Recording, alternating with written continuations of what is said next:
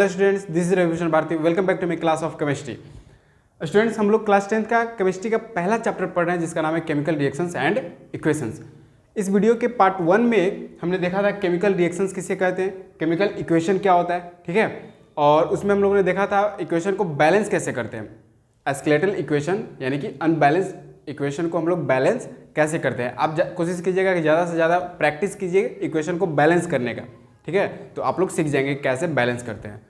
चलिए, तो इस वीडियो में हम लोग पढ़ेंगे types of chemical reactions. There are 5 types of chemical reactions. Chemical reactions के 5 टाइप्स होते हैं। कौन कौन? कॉम्बिनेशन रिएक्शंस, दूसरा होता है डिकम्पोजिशन रिएक्शंस, नेक्स्ट है डिस्प्लेसमेंट रिएक्शन, 4th नंबर है डबल डिस्प्लेसमेंट रिएक्शन, और उसके बाद है ऑक्सीडेशन रिडक्शन रिएक्शंस। इसी को हम लोग रिडॉक्स रिएक्शन भी बोलते हैं। ओके, तो 1 बाय 1 करके सबके बारे में हम लोग समझेंगे, ठीक है। चलिए, तो पहला है combination reactions. The reactions in which 2 or more substances combine to form a single substance are called combination reactions, ठीक है। यानी कि कॉम्बिनेशन रिएक्शंस में क्या होता है, 2 या 2 से ज़्यादा सब्सटेंस मिलके एक सिंगल सब्सटेंस का निर्माण करते हैं, ठीक है। कॉम्बिनेशन रिएक्शन में क्या होता है, 2 या 2 से ज़्यादा सब्सटेंस मिलके एक सिंगल सब्सटेंस बनाते हैं, ठीक है। जैसे कि मैंने यहाँ पे लिखा है A + B, ठीक है। A और B मिलके एक नया सब्सटेंस बनाया C, ओके। तो हम लोग केमिकल रिएक्शन में पढ़े थे कि जो नया सब्सटेंस बनता है उसकी प्रॉपर्टीज क्या होती है, इन दोनों के प्रॉपर्टीज से बिल्कुल अलग होती है, ओके। तो चलिए इस रिएक्शन का कुछ एग्जाम्पल हम लोग देखते हैं। यहाँ पे है कार्बन, ठीक है। किस फॉर्म में है? सॉलिड फॉर्म में है। जब हम कार्बन को ऑक्सीजन की उपस्थिति में जलाएंगे, ठीक है, जब हम कार्बन को ऑक्सीजन की उपस्थिति में जलाएंगे तो क्या बनेगा? CO2। तो देखिए, आपको पार्ट 1 में बताया गया था कि केमिकल रिएक्शन में क्या क्या होता है। तो हमने पहला चीज पढ़ा था चेंज ऑफ स्टेट, ठीक है, चेंज इन स्टेट, यानी कि इसके रिएक्टेंट में क्या होता है, स्टेट में चेंज होता है। जैसे यहाँ पे देखिए तो ये कार्बन जो है वो सॉलिड में है कि नहीं, और रिएक्शन के फलस्वरूप जो प्रोडक्ट बना वो क्या है, गैस में कन्वर्ट हो गया, हुआ ना। तो यहाँ पे स्टेट चेंज हुआ, बिल्कुल हुआ। चलिए, अब दूसरा हम लोग एग्जाम्पल देखते हैं। 2H2 यानी हाइड्रोजन गैस, ठीक है, और ऑक्सीजन गैस, ये दोनों मिलके बनाते हैं वाटर। तो यहाँ पे भी आप लोग देखिए कि ये जो रिएक्टेंट्स हैं इनका स्टेट कैसा है, गैसियस स्टेट में है, ये है ना। हाइड्रोजन भी गैसियस स्टेट में है और ऑक्सीजन भी क्या है, गैसियस स्टेट में है। और रिएक्शन के फलस्वरूप जो नया प्रोडक्ट बना वो कौन से स्टेट में है, लिक्विड स्टेट में है। क्लियर हो गया? तो ये जो तीनों टाइप्स दिए हुए हैं ये आपके कॉम्बिनेशन रिएक्शंस के एग्जाम्पल हैं। अब बात करते हैं ये जो रिएक्टेंट है, ठीक है, A और B, या इससे ज़्यादा भी हो सकते थे, A + B + C, और मिल के बनाता है एक नया सब्सटेंस जिसको हम लोग D बोलते हैं, ओके। तो ये जो रिएक्टेंट्स है ये तो या तो ये एलिमेंट हो सकता है, ध्यान देना मेरी बात पे, या ये दोनों एलिमेंट हो सकता है, या एक एलिमेंट और एक कंपाउंड हो सकता है, या दोनों के दोनों कंपाउंड हो सकते हैं, ठीक है। 2 एलिमेंट्स मिलके एक कंपाउंड बनाते हैं, या एक एलिमेंट एक कंपाउंड मिलके एक कंपाउंड बनाएगा, ठीक है, या दोनों कंपाउंड मिलके एक कंपाउंड बनाएंगे, एक नया कंपाउंड बनाएंगे, ओके। चलिए, तो इस तरह से हम एग्जांपल नंबर 3 देखते हैं। इसमें है नाइट्रिक ऑक्साइड, ठीक है, nitric oxide plus oxygen gas, ये मिलके बनाएगा नाइट्रोजन डाइऑक्साइड, ओके। तो यहाँ पे देखिए ये जो नाइट्रिक ऑक्साइड है ये क्या है स्टूडेंट्स, ये कंपाउंड है ना। और ये ऑक्सीजन जो है वो क्या है, वो एक एलिमेंट है ना। तो एक कंपाउंड और एक एलिमेंट बन के एक नया कंपाउंड बनाया जिसको हमने बोला नाइट्रोजन डाइऑक्साइड, ओके। तो ये किसका एग्जांपल है, कॉम्बिनेशन रिएक्शन का। अब चलिए इस इक्वेशन को देखते हैं। ये जो नाइट्रिक ऑक्साइड है ये भी गैसियस फॉर्म में है, ये भी गैसियस फॉर्म में है, और ये भी गैसियस फॉर्म में है। जो प्रोडक्ट बना हमारा वो भी गैसियस फॉर्म में है। तो ये जरूरी नहीं है कि हर एक रिएक्शन में स्टेट चेंज हो, ठीक है। किसी किसी रिएक्शन में स्टेट चेंज होता है, हर एक रिएक्शन में चेंज हो ये जरूरी नहीं है। अब मैंने कैरेक्टरिस्टिक ऑफ केमिकल रिएक्शन में एक चीज़ और देखा था, चेंज इन कलर, ठीक है, पढ़ा था हमने चेंज इन कलर, यानी कि कलर भी चेंज होता है रिएक्शन के फलस्वरूप। तो चलिए यहाँ पे देखते हैं, ये जो नाइट्रिक ऑक्साइड है, नाइट्रिक ऑक्साइड, इसका कलर कैसा होता है, कलरलेस होता है, इसका कोई कलर नहीं होता है। जो ऑक्सीजन है वो भी क्या है, कलरलेस है। ऑक्सीजन हमें दिख रहा है क्या, हमारे इन्वायरमेंट में ऑक्सीजन अवेलेबल है लेकिन दिख नहीं रहा है, क्यों? क्योंकि वो कलरलेस है।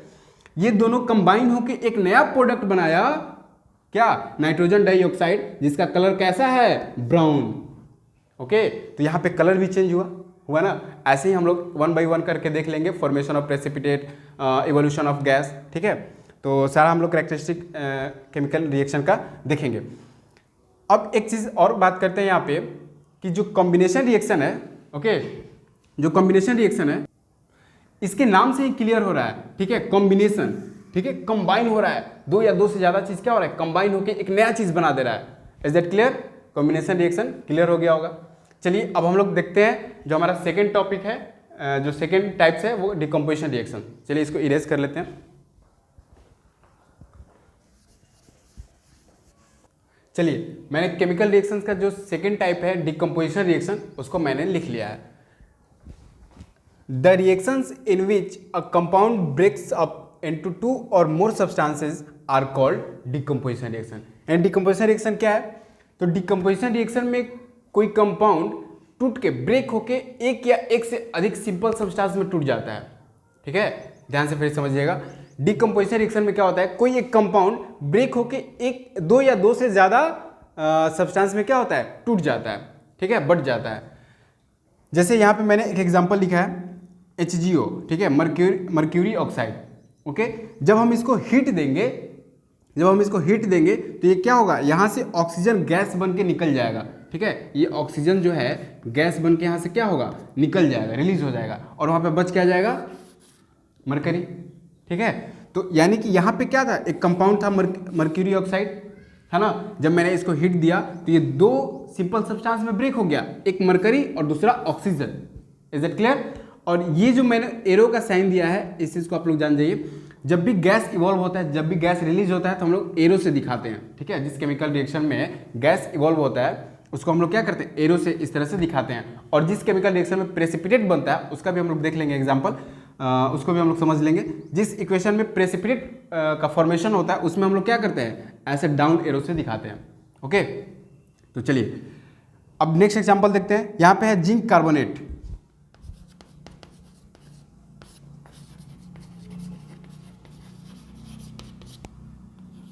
जिंक कार्बोनेट, ओके, ZnCO3, ठीक है। जब मैंने इसको हीट दिया तो यहाँ से क्या हो गया, कार्बन डाइऑक्साइड गैस रिलीज हो गया, निकल गया, ओके, और बच क्या गया, ZnO, जिंक ऑक्साइड। क्लियर? तो मैंने यहाँ पे क्या देखा, ZnCO3, ये जो जिंक कार्बोनेट था वो क्या था, एक कंपाउंड था, और ये कंपाउंड ब्रेक होके क्या हो गया, दो सिंपल सब्सटेंस में टूट गया ना। तो वो जो ब्रेक होगा वो हो सकता है कि दो अलग अलग एलिमेंट में टूटे, ठीक है, या एक कंपाउंड भी हो सकता है, एक एलिमेंट भी हो सकता है, या दोनों के दोनों कंपाउंड भी हो सकते हैं। Is that clear? चलिए अब हम लोग डिस्प्लेसमेंट रिएक्शन की बात करते हैं। The chemical reaction in which one element takes the place of another element in a compound are called displacement reaction. And displacement reaction में क्या होता है, तो वैसा रिएक्शन जिसमें कोई एक एलिमेंट दूसरे एलिमेंट का जगह ले लेता है, ठीक है, कोई एक एलिमेंट दूसरे एलिमेंट के जगह पर जाकर बैठ जाता है, ठीक है, यानी उसको डिस्प्लेस कर देता है, उसको अपने प्लेस से हटा देता है, ठीक है। इस रिएक्शन को हम लोग क्या बोलते हैं, डिस्प्लेसमेंट रिएक्शन। तो चलिए एक एग्जांपल लिखे हैं यहाँ पे, Zn plus H2SO4, okay, Zn plus H2SO4। मैंने जिंक का रिएक्शन किसके साथ कराया, हाइड्रोक्लोरिक एसिड के साथ। जब रिएक्शन के फलस्वरूप क्या बनेगा, जिंक सल्फेट बनेगा, ठीक है, ZnSO4 जिंक सल्फेट।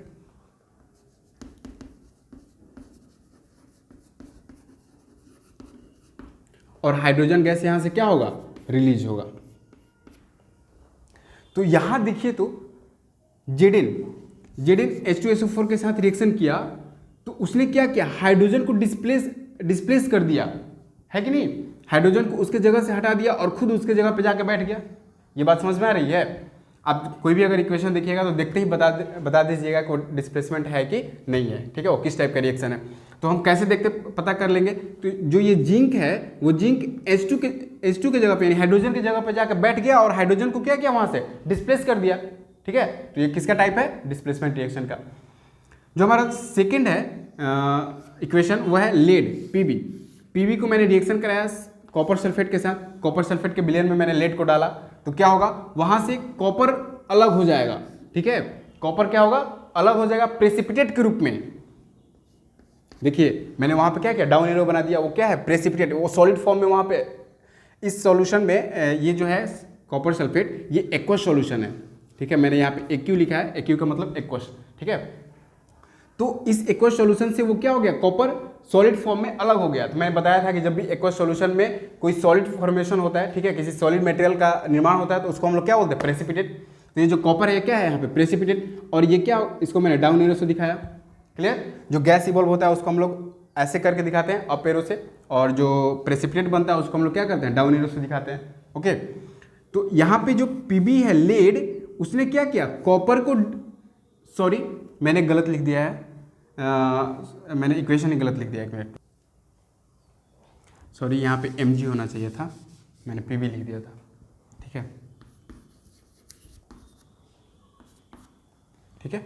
तो यानी मैग्नीशियम को हम कॉपर सल्फेट के बिलियन से एक्वस सॉल्यूशन से जब हम रिएक्शन कराएंगे तो क्या बनाएगा, MgSO4, और कॉपर क्या हो गया, प्रेसिपिटेट के रूप में अलग हो गया, ठीक है। ये बात तो समझ में आ रहा होगा कि जो मैग्नीशियम है उसने क्या किया, कॉपर को डिस्प्लेस कर दिया, है कि नहीं। मैग्नीशियम कॉपर को डिस्प्लेस कर दिया और बनाया MgSO4, कॉपर की जगह पे आ गया खुद Mg, और कॉपर क्या हो गया, डिस्प्लेस हो गया वहाँ से।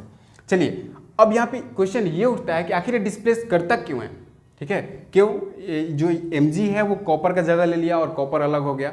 तो आप लोग जो रिएक्टिविटी सीरीज देखेंगे उसमें जो Mg है वो कॉपर के ऊपर होगा, ठीक है। जैसे जैसे हम लोग ऊपर जाते हैं तो हमें क्या मिलते हैं, मोर रिएक्टिव गैस मिलते हैं, मोर रिएक्टिव एलिमेंट मिलते हैं ना। तो जो मैग्नीशियम है वो कॉपर से क्या है, मोर रिएक्टिव है।